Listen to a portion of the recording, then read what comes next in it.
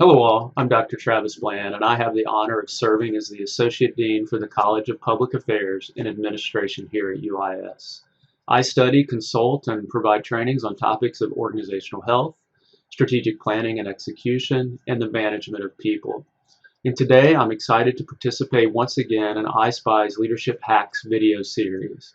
I just want to share a few thoughts I have about the transition back to work as we move into a post-COVID-19 world and where best to focus your energy right now. As you think about the return to work and where to focus your energy, I just want to remind you that this is an unprecedented opportunity to rethink work, to rethink how you work, that there are many things about the old normal that we should leave in the past, that we should move forward into a new normal that leaves behind many things that we've learned over the last few months that we don't really need. Well, I don't know about you, but COVID-19 was a crisis unlike anything I've experienced as a leader. I was not trained for a situation like this. None of us saw something like this coming. And I've spent some time reflecting on our response as a university.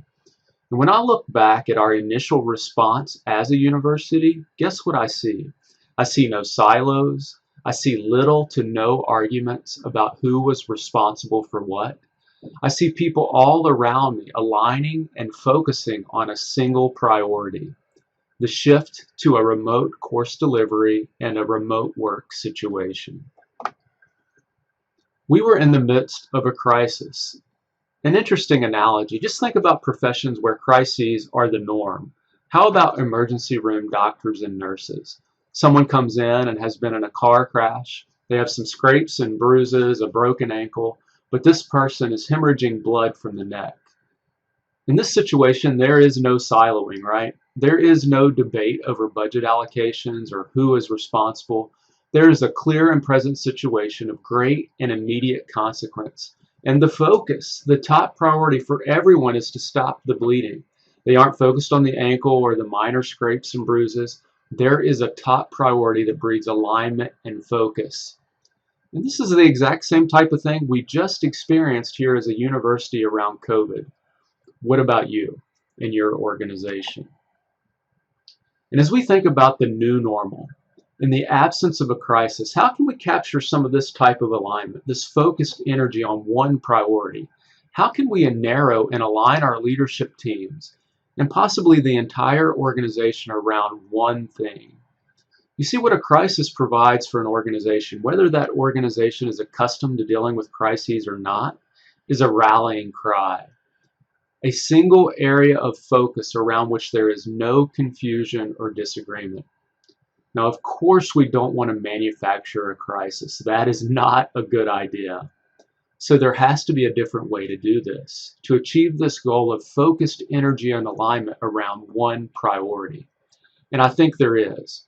I want to share that way with you right now. I want to share a framework that you can use to have a 1-hour discussion with your leadership team that will get you started on establishing a rallying cry, a thematic goal for your organization.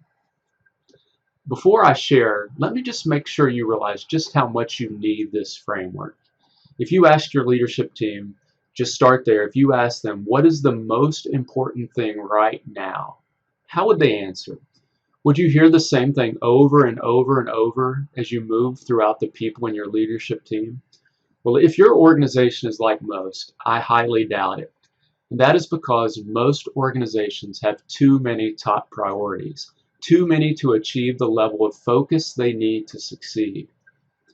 Have you established a long list of disparate objectives and spread the time, energy, and resources of your leadership team across all of them?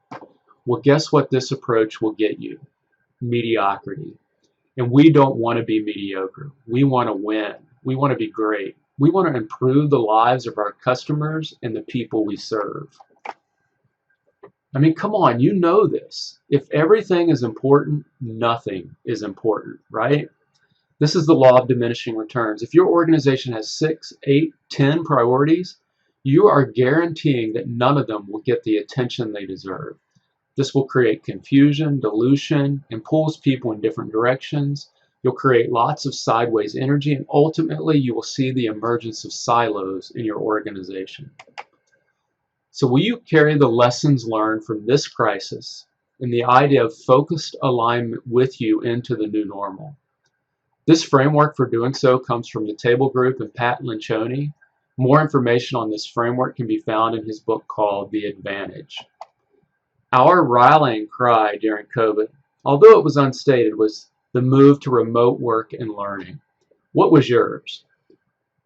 Well, there's no reason we can't, and there's no reason you can't have a rallying cry, a thematic goal, even when you're not in a crisis. Lencioni calls this rallying cry a thematic goal because it needs to be understood within the context of your organization's other goals, but at the top of the list.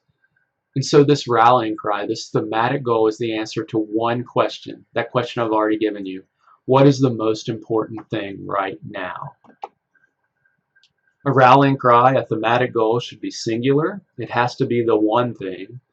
Only one thing can be at the top, right? The most important. It should also be qualitative, meaning it should never be established with specific numbers, because numbers will limit people's ability to rally around it. Measures may come later, but hold off on associating the thematic goal with a quantitative measure, or you will kill the energy that it can create. It must be temporary, meaning it must be time-bound, 3 to 12 months. My experience, the closer to 3 months, the better. Think in terms of 90-day sprints. Anything longer tends to invite procrastination. And finally, it must be shared across the leadership team.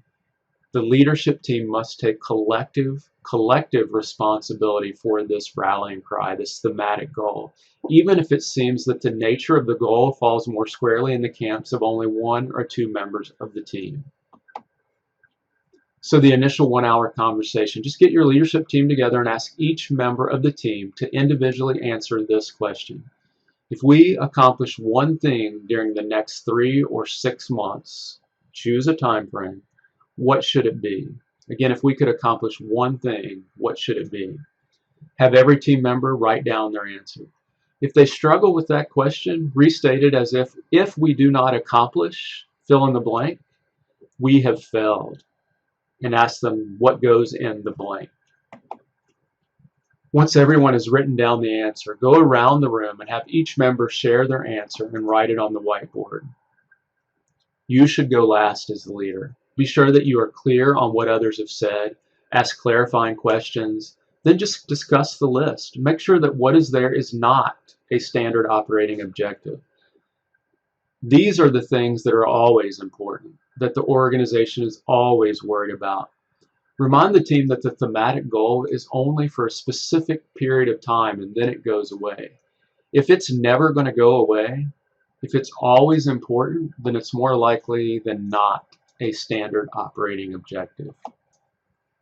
Some things may fall out of the list based on this discussion. Then the goal is to have a discussion to see which goal rises to the top as the most important.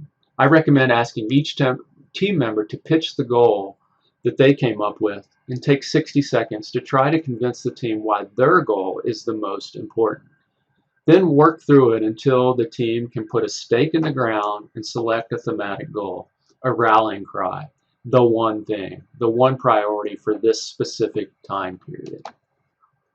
This discussion and deciding where to put the stake in the ground will take the entire hour. You will need a second meeting to complete the effort and come up with the defining objectives. These are the activities that make accomplishing the thematic goal possible. But the defining objectives should also be qualitative, temporary, and shared.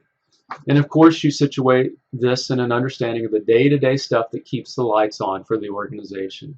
Categories like revenue, expenses, customer retention, quality, control, employee morale. But once you have all of this down, write it up. Hang it on the wall in a format similar to what you see on the screen. And then what do we do with all of this? Well, remember, when we have a top priority, a one thing, a rallying cry, silos come down and there is clarity. Clarity about where to spend time, energy, and resources. The thematic goal becomes a filter for a defined period of time where the leadership team will spend its time, energy, and resources. Every meeting should begin with a review of how you are doing on the thematic goal. So I suggest going around the room and giving each of the defining objectives as a room, settle on how you're doing on each of the defining objectives. Either give it a green light for making great progress, a yellow light for needs some work, and a red light for having trouble. And this will make it absolutely clear where your leadership team should focus its time, energy, and resources right now in light of the rallying cry, that thematic goal. You know what? An example is usually helpful. Do you want an example? Well, I've found that when I share this model with leaders, they really get it when I discuss how my wife and I use this model for our family. For some reason, the application to the family right there makes the light bulb go off for people, and they start to see its power. So let me give it a shot with you. The leadership team of my family, me and my wife Crystal, we are foster parents, and we've been without a foster child for the last year. And we just recently adopted the rallying cry, or the thematic goal of preparing to foster again.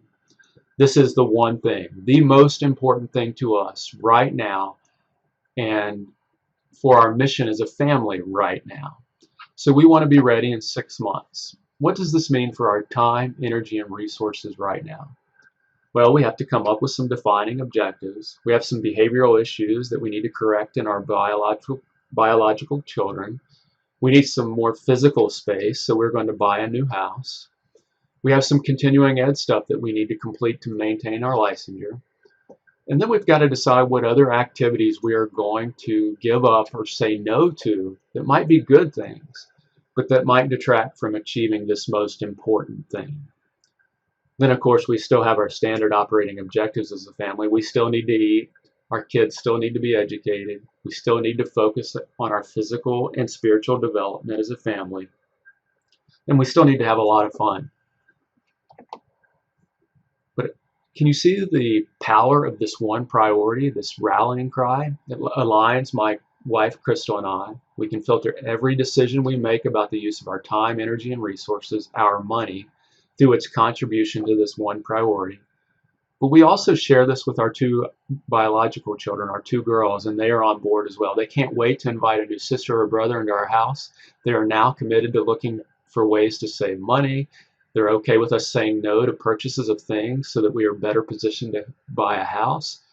And they're just generally helping us think through how we can better achieve this one priority. When we say no to something they really want, we say, you know, that really doesn't support our goal of fostering, and the defenses seem to come down. The anger seems to come down pretty quick. It's just neat to watch that happen. And so try this in your organization, this new normal. Just imagine a new normal where your leadership team has a new sense of alignment and a focus in the absence of a crisis. To do this, you must have a single top priority that is time-bound. You need a rallying cry. I hope this was helpful. I would welcome the opportunity to chat with you about these things and help you work through this process, help you with these 1-hour discussions. Feel free to contact me by email. Take care.